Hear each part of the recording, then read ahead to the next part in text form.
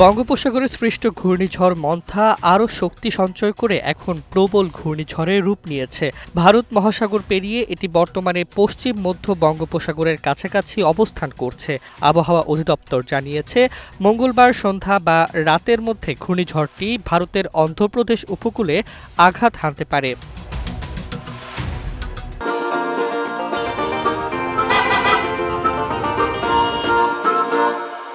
আজ সকালের বিশেষ বিজ্ঞপ্তি অনুযায়ী সকাল ৬টায় মন্থা চট্টগ্রাম সমুদ্র বন্দর থেকে ১,২৯০ কিলোমিটার, কক্সবাজার থেকে ১,২৫০ কিলোমিটার, মংলা থেকে ১,১৪০ কিলোমিটার এবং পায়রা সমুদ্র বন্দর থেকে ১,১৫৫ কিলোমিটার দক্ষিণ পশ্চিমে অবস্থান করছিল।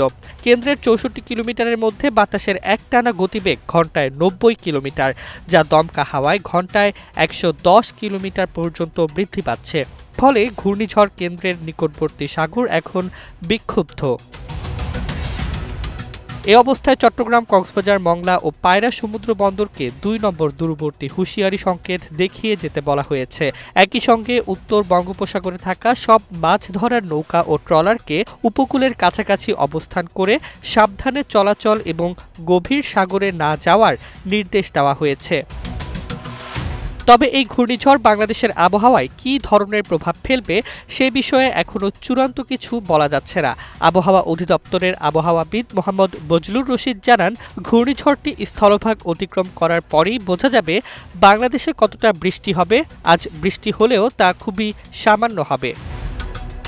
তিনি আরও বলেন, বুধবার দেশের উপকূল সহ বিভিন্ন স্থানে বৃষ্টি হতে পারে, তবে বৃহস্পতিবার ও শুক্রবার বৃষ্টিপাত বাড়ার সম্ভাবনাই বেশি।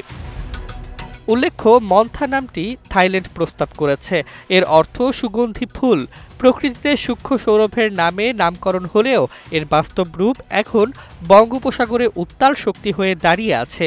এখন দৃষ্টি এটি স্থলভাগে ওঠার পর এর গতিপথ কোন দিকে মোড় নেয় এবং সেই অনুযায়ী বাংলাদেশে কতটা বৃষ্টি নিয়ে আসে।